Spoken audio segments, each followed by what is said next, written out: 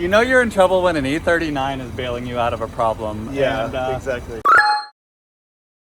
I'm here with Kenan, and the P38 not only died, there's no hazards, there's nothing, it's not responsive, it's not jumping. It is a dead in the water is the situation I would describe here. Luckily it didn't happen in the intersection, it happened before, which is very confusing to the people of North Park, but it's a good thing you texted me. I wasn't far away when this occurred, but I feel so bad for you, but it's very funny. The car was running perfectly, and then it just inexplicably shut off right here at the stoplight. So we're trying to reset the battery and seeing if that helps. I have no idea why this did this. Welcome to Project P38. Follow along for weekly episodes of me restoring and selling an old Range Rover with no reserve on cars and bids. What's going on here, Kenan? Oh. Well, we seem to have discovered that it's not the battery. It seems to be a fuse that is improperly seated. He keeps playing with it and the lights keep going on and on. Start it. Can I start it? I gotta put it in. Oh. Can I start it in neutral? Will it start? Have you ever seen lights flicker on and off like this?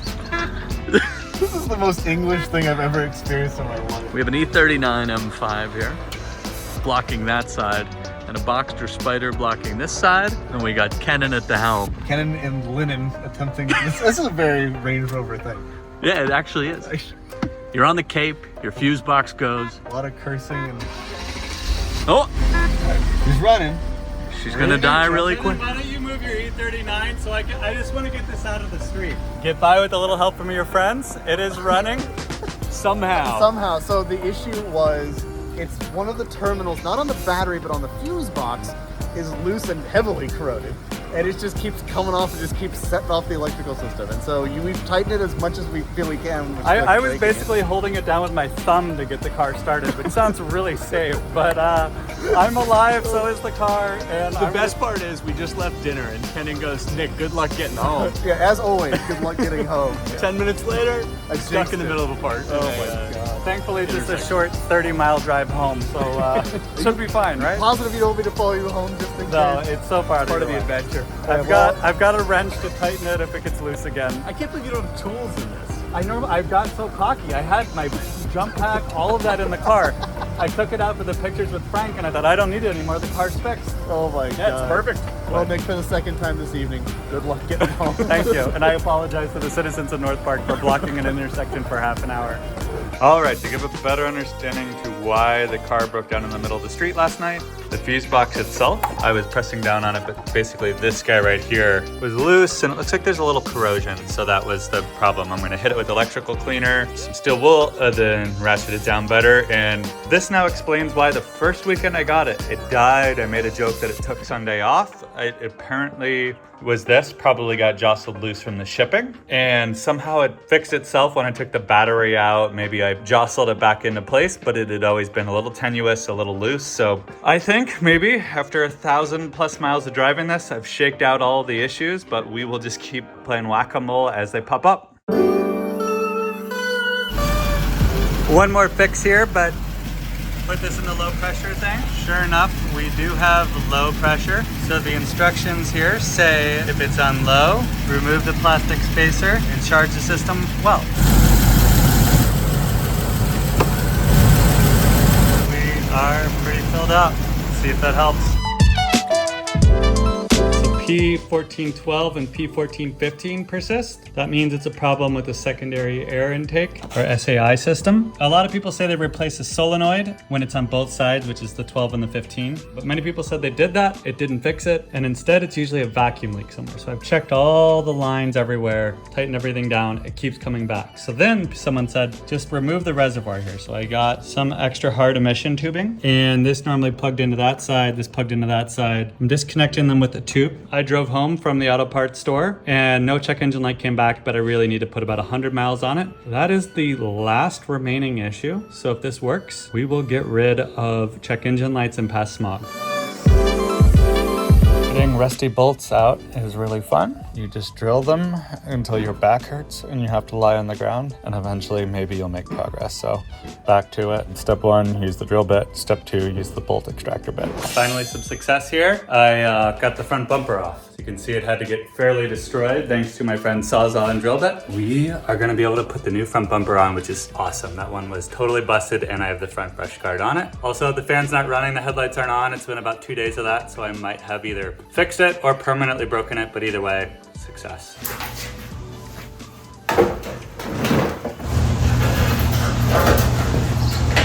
All right, I spoke too soon on bumper removal, so we're gonna try the old-fashioned way.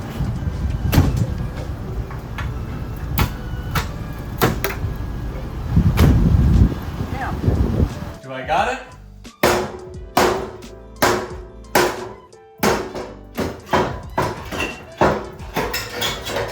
Victory! Woo! I got it, I got it, I got it. Woo! Heck yeah!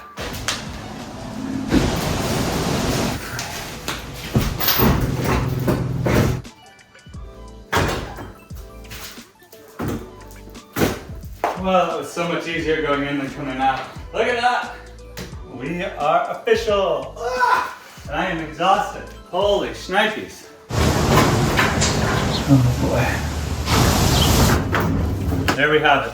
The bumper no longer cracked. I gotta get new fog lights. These are pretty busted. And I got the brush guard back. That was a colossal pain in the butt, but I feel good about it. I got my hands dirty, literally, and we're one step closer to getting this thing ready for auction. So thanks for checking it out. All right, this stuff is pretty money. C Pro Deluxe, good trim restore. So this $200 Craigslist bumper. Let's just see how it comes back with a little bit of trim restore here. This, in terms of like adding value to a car here, look at that. 40 bucks for this. Makes all your trim look new, makes the car look way better. So just kind of put it on like that and take it off. More magic work in here. Dab it, check that. Just do a line right across. Look at that. Bumper's gonna look pretty decent. And I'm gonna do it on all the trim, including the windows, the windshield wipers, you name it. We're just gonna be back in business. Best part too is this, unlike other trim restoration products, will last you a really long time. It doesn't really wash off, so you can just chill. Comes with these applicator pads. For some of the nooks and crannies though, you're just better off putting it in your finger like that. You're supposed to wipe off the excess with the microfiber in Borrego yellow. So every once in a while, I'll just go ahead and do that.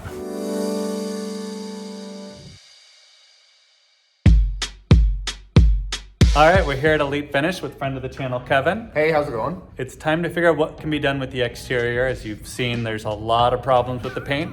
I've intentionally kept it away from Kevin so that he couldn't tell. You have hidden it from me. I've hidden it very well.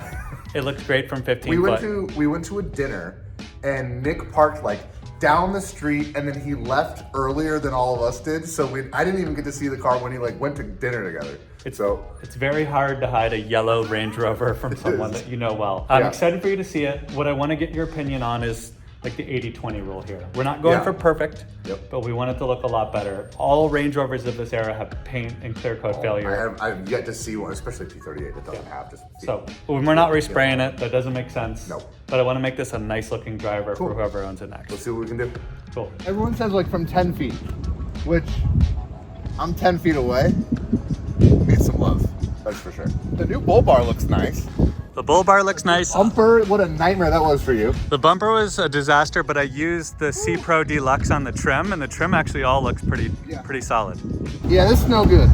Although, I mean, weirdly, maybe we could polish this to smooth it out and like make it more even. I assume this is repainted at some point and then that's even peeling. Yeah, there is overspray on some trim, so I suspect little bits and pieces have been repainted. What's weird is how nice this is and then how bad this is right next to it. So, okay. The hood would come off easily if we wanted to respray it, and that's certainly the worst panel and the most noticeable. The other areas that are bad are like up here. Oh yeah, the roof. Yeah, the roof. It's peeling in a very, have you chipped away, like starting to peel this off? Because there's no like flakes and stuff, it's just. All I've done is pressure wash the car a handful of times. Once that made the electronics very unhappy. The doors are aluminum. The rest of the car is metal. So I'm hoping a PDR guy can also help with like this dent here. PDR guy can also do, like, he can do aluminum. He can't, it's not as much, but he can do aluminum. Oh, the Elite Finish plate frame on there. Yeah, I thought you might like that. It's an embarrassment to your shop right now, but slight embarrassment. I think this car is very cool, but it is not of elite finish visual quality. no. Well, that's why it's here. So it is kind of everywhere that's up facing. Yes. For this one door. But see the like overspray we got going here. Oh boy. So Well, someone's attempted let's to get that off. polish this turd here. let's get that off. The wheels have also been redone. So the trim and the wheels are great. I love these. The interior, I got the seat redone. I'm fine with the interior. I don't think it makes sense for you guys to really bother. Yeah, that looks nice. The one thing maybe on that one seat is just to try to clean the top half of the seat so it matches the newness of the bottom, but It's pretty, it's something. it's something. This is when you buy sight unseen cars, sometimes it's not so great, but Yeah. I know this is out of your wheelhouse. A little unorthodox for us, but I think I can do something with it. Normally you're detailing Murcielagos. Today it's a $6,000 Range Rover, but do your best. Give me a call, take Yeah. your time, but We'll try a couple things on it, and then you'll be hearing from me. Awesome. 10 years later. Mission accomplished in trying to figure out what we can do. Mission failed in the fact that we can't do a whole lot. We went through, we washed it, we cleaned it, we did a couple test spots. We did one spot, we did like some sandpaper, but the clear coat's just kind of too done that we won't be able to get those sanding marks out realistically throughout the entire car. So we started with just a really heavy pad and a really heavy compound, and this is what we got after. So we did kind of a section here. Inside, under like LED lights, there's a lot of swirls and scratches throughout the hood, and you can see in the clear coat. In this area, boy, it's pretty in terms of swirls and scratches and stuff, but outside, it looks exactly the same. It's not solving the problem that we want to solve. I'm a little bit out of loss of what to do about this patchy clear coat. So I think I'm gonna have Nick just be able to spend some time and try stuff, because I don't know exactly what to do in terms of spending effort and time and money on what's gonna make this look the best. And so I think Nick's gonna try a couple different DIY solutions and see if he can get something out of this for really cheap to make this look a little bit better. All right, Kevin, give me your recommendations for a DIYer trying to put some lipstick on a pig here. Glasses, water spots, so like a water spot remover like 3D Eraser or CarPro Spotless, which I think you might already have. For the interior, two products I really like. CarPro Inside, it's a much stronger cleaner than Shine Supply's Leather and Interior Cleaner, but it'll make you cough. You should probably wear a mask. Make sure the doors are open, probably be outside. It's really strong, it's really effective, but it's also very strong and you feel it in the lungs. So leather and interior cleaner, I clean shoes with this, I clean carpets with this, I clean couches with it. This is great for leather and fabric for a lighter clean, and it leaves the leather feeling nice, not shiny or greasy or anything like that. Really like this. Effective product, but for that interior, if you really want to get through a bunch of gunk, Inside will be the stronger product. For the outside paint, I'd say just try to find the heaviest compound you got with the heaviest polish that you can find on that paint. This products are going to make a huge difference. Shine Supply Flat Top is a really nice aggressive cut, as well as CarPro makes Ultra Cut, which I really love. Again, on that, what I like about Ultra Cut is that it starts really heavy and you can diminish the abrasive down to something finer, and it ends up not leaving as much haze. On that, you're just trying to cut through as much as you can and see if you can shine something up. CarPro Deluxe, the wheels are in great shape, so you're going to coat those with CarPro Deluxe, the ceramic coating.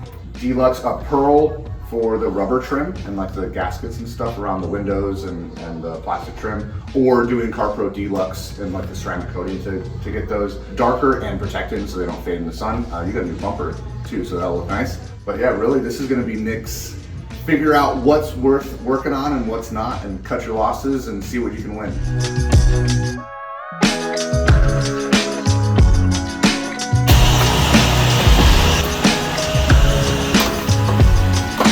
No more dent here, and no more dent here either.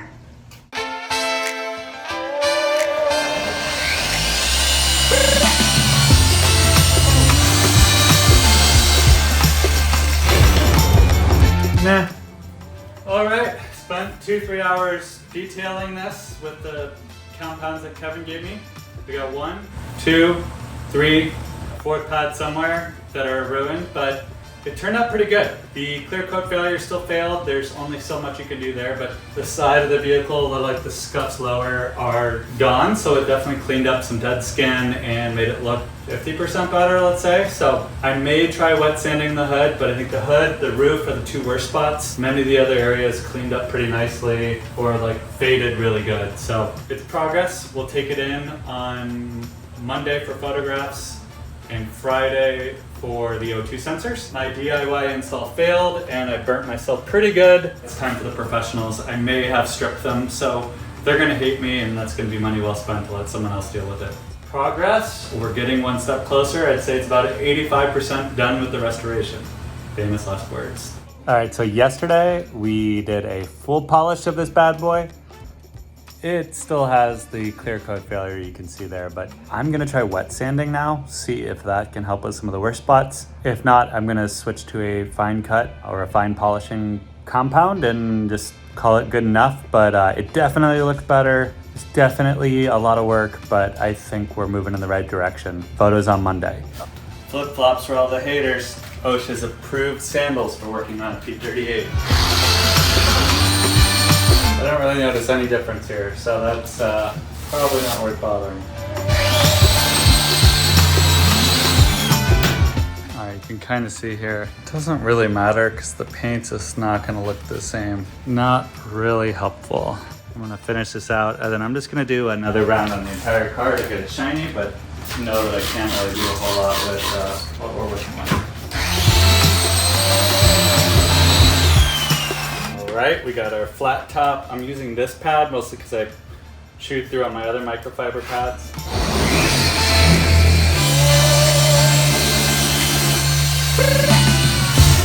Look at that from just one pass. Green, yellow. It does make me wonder how many passes would I do before the paint transfer would stop and would start to just clean up on its own. Still shows signs of improvement every time that I'm doing this. I don't know, I'm trying to compare the before and after. It's negligible, I guess. All right, one more pass over the whole hood, then we'll give it a break. I have to say, I love polishing a car, wow. If it weren't for this clear coat failure, this car would look amazing.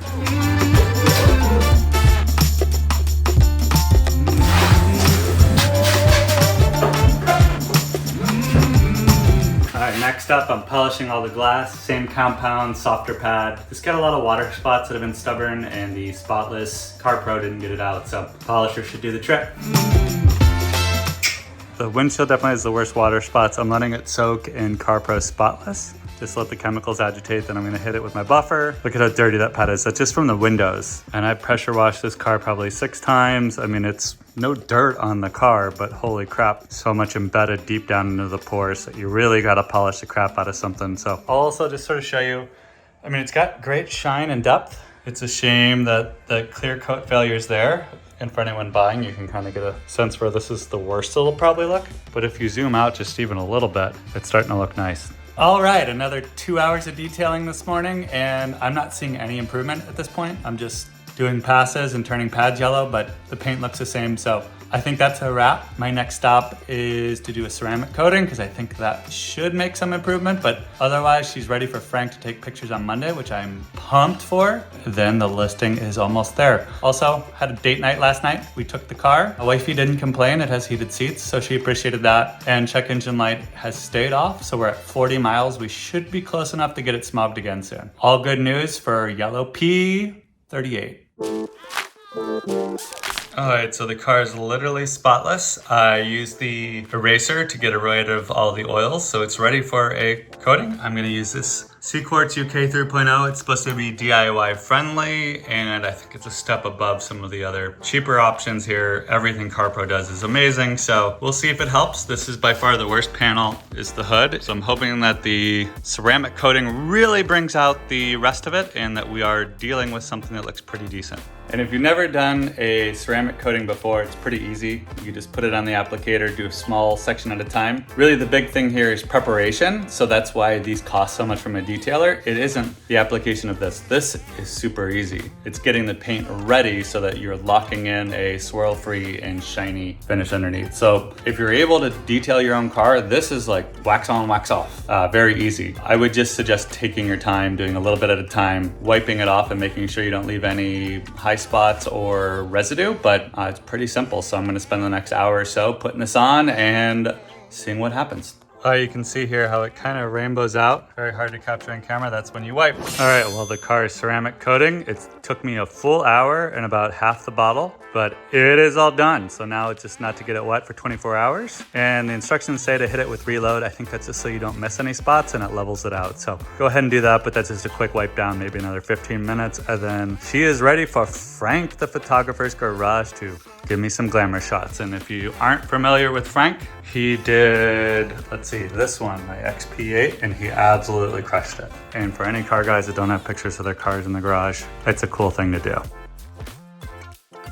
We are now at the upholstery shop.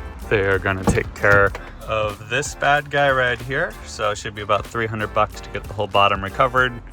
And then the interior has no flaws or issues to disclose. So goodbye, seat rips. We'll see you in a few. All right, and the seat is all repaired. It looks really nice, almost too nice. But after cleaning of the top part, it matches okay. You can definitely tell new versus old, but I think it's a lot better than being torn, and the cushioning feels really good as well. So we are back in business with a non-rip P38 seat. You like driving the yellow car? Good job, you two. Wow, look at that. How functional. Great job. Ryder, can you do anything? Good job.